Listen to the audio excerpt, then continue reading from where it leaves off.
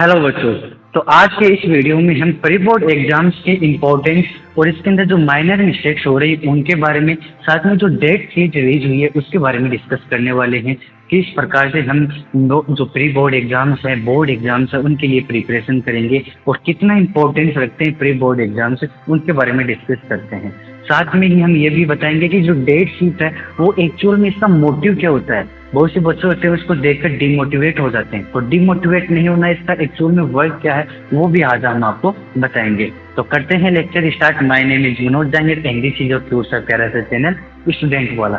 ठीक है, तो हमारा आज का फर्स्ट हमारा है, इसके अंदर हम देखेंगे कि जो डेट शीट आई है उसका रियल में आपको कोई भी नेगेटिव इफेक्ट देना नहीं होता है। आपको मोटिवेट करना होता है कि अभी जो बच्चा स्टडी स्टार्ट नहीं किया है, जो अभी लूज है, जो वीक है, और जो अभी अपनी मामा की शादी में जा रहा है, अभी अभी अपनी मौसी की शादी में, दोस्त की शादी, ये सब अटेंड कर रहा है, अपनी मौज मस्तियों में इंक्लूड है, तो उनके लिए एक अलार्म सेट होता है। ये उनके लिए क्या होता है, एक अलार्म सेट होता है कि अभी जाग जाओ बच्चों, अब आपका टाइम आ गया है, इस टाइम में अब आपको मेहनत करनी होगी, ऐसा टाइम आ गया है। तो इसलिए क्या होता है, डेट शीट एक अलार्म का काम करती है। ये आपके लिए अलार्म है, इसको डिमोटिवेट नहीं लेना है। फिर भी आप डिमोटिवेट हो जाते हो तो इसको मोटिवेशन में बदलेंगे। ठीक है, फर्स्ट इसको आपकी मोटिवेशन में बदलेंगे। वो कैसे बदलेंगे वो हमें अभी देखते हैं, लेकिन डेट शीट आ गई है तो अब आपको पता है कि आपके पास में 45 डेज बचे हैं। पर्टिकुलर अगर ज़्यादा भी है लेकिन पर्टिकुलर 45 डेज है, इसके अंदर आपको क्या करना चाहिए, कैसे आपका रूटीन होना चाहिए, वो अभी हम डिस्कस करेंगे। तो देखो आगे क्या होगा। अब इसके अंदर हमारे पास में थर्ड में बोला प्लानिंग आएगी। अब क्या करेंगे हम, प्लानिंग आएगी कि प्लानिंग किस प्रकार से करें कि हमारे पास जो डेट शीट आई है उसके अकॉर्डिंग प्लानिंग करें। तो अब इस प्लानिंग को हम डिवाइड करते हैं 2 पार्ट्स में। जो स्टूडेंट है उनके सिलेबस के अकॉर्डिंग, क्या जिन्होंने, कुछ बच्चे ऐसे भी हैं जिन्होंने 50% सिलेबस कवर कर रखा है, कुछ बच्चे ऐसे हैं जिन्होंने 50% से लेस हैं, कुछ ग्रेटर भी हैं। तो उन सब के लिए हमने क्या किया है, उनके अकॉर्डिंग हमने 2 पार्ट्स में डिवाइड किया है और उनके अकॉर्डिंग हम क्या करेंगे, आज ये प्लानिंग डिस्कस करेंगे। फर्स्ट हम लेते हैं जिनका लेस देन 50% सिलेबस कवर हुआ है, उन बच्चों की बात करते हैं। ठीक है, अब देखो, अब आपको जो डिमोटिवेशन हुआ था ना चार्ट शीट देखकर या फिर डेट शीट देखकर, आपको जो डिमोटिवेशन हुआ उसको मोटिवेशन बदलने के लिए आप जो लेस देन 50 स्टूडेंट्स हैं वो ये सोच रहे हैं कि हमारा तो अभी तक कुछ भी कवर नहीं हुआ है, अब हम कैसे करेंगे, हमारा क्या होगा, अब हमारा क्या क्या नहीं होगा। तो कुछ भी नहीं होना बच्चा, जो भी होगा अच्छा ही होगा, मंजूर खुदा ही होगा। तो उसके अंदर देखो लेस देन 50% हो, आप 50% से भी आप डाउन बिलो कर रहे हो, तो आपको क्या करना है, आपको क्या करना है, अपना सिलेबस है वो 45 डेज में आपको क्या करना है, 75 to 85% आपको कवर करना है।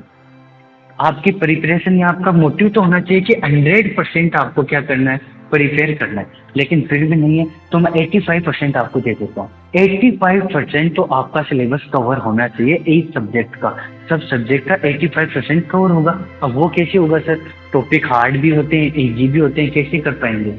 तो आपको देखो, जो सबसे इजी चैप्टर होते हैं, जो आपके पास में सबसे इजी चैप्टर है, उन इजी चैप्टर को आप प्रायोरिटी दो, इनको प्रायोरिटी दो कि इनको मैं फर्स्ट क्लियर करूंगा।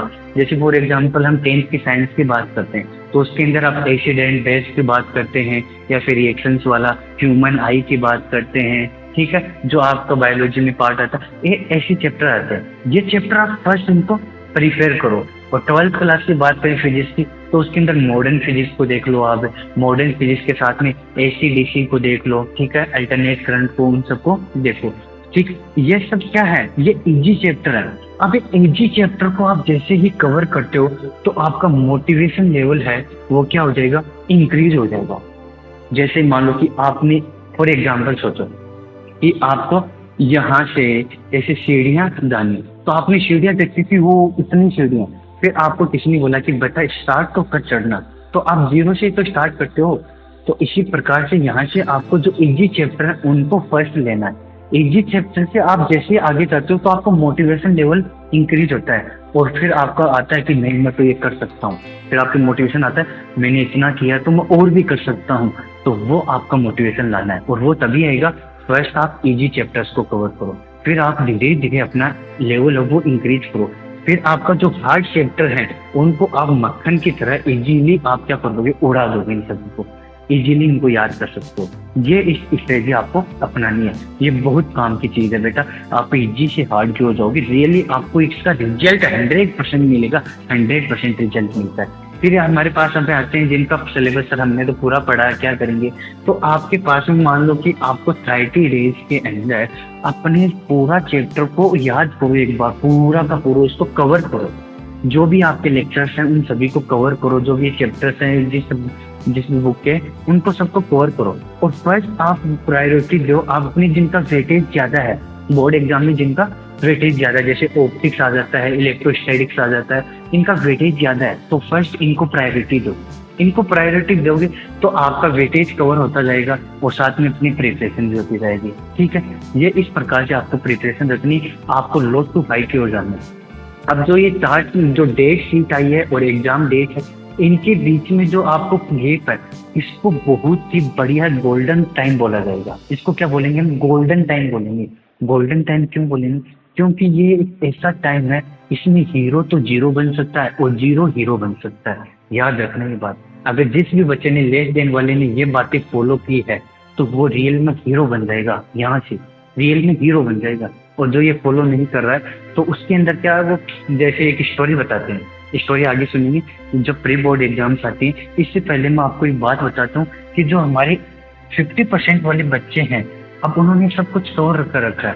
तो कुछ स्टूडेंट हमारे ऐसे भी होते हैं, वो क्या करते हैं, टीचर्स के साथ में डिस्कस करना उनके लिए क्या रहता है, मुश्किल हो जाता है। वो टीचर से डिस्कस नहीं करता, जैसे कि टीचर पता नहीं क्या बोल देगा, मैंने टीचर से पूछा तो पत्नी क्या सोचेंगे मेरे बारे में। या फिर कुछ ऐसा रहता है कि क्लास में क्या है, बॉयज रहते हैं, नंबर्स कम रहते हैं, गर्ल्स के नंबर ज़्यादा रहते हैं, तो ये सोचेंगे गर्ल्स क्या सोचेंगी। गर्ल्स के नंबर कम रहते हैं, बॉयज के ज़्यादा रहेंगे, तो गर्ल्स सोचेंगे कि बॉयज क्या सोचेंगे। इस कहानी में नहीं उलझना है, इस कहानी में नहीं उलझना। फिर भी आप उलझ रहे हो तो जो हाई क्लास के स्टूडेंट्स हैं वो अपने दोस्तों के साथ में अपना जो एक्सपीरियंस है वो शेयर करो। उनको बताओ कि आप जो इजी चैप्टर्स ले रहे हो, उन इजी चैप्टर्स के अंदर आपको क्या डिफिकल्टीज आ सकती हैं, इनको कवर करो।